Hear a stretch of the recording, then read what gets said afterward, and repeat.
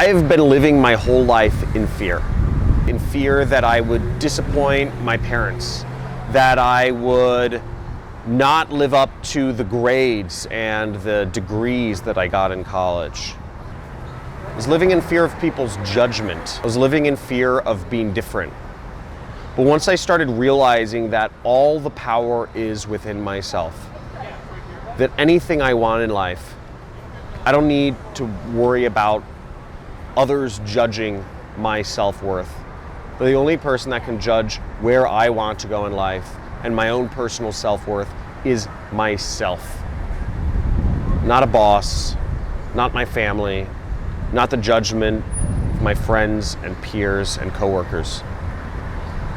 And once I overcame that fear, I realized that I was limitless and I was able to do anything I wanted to do.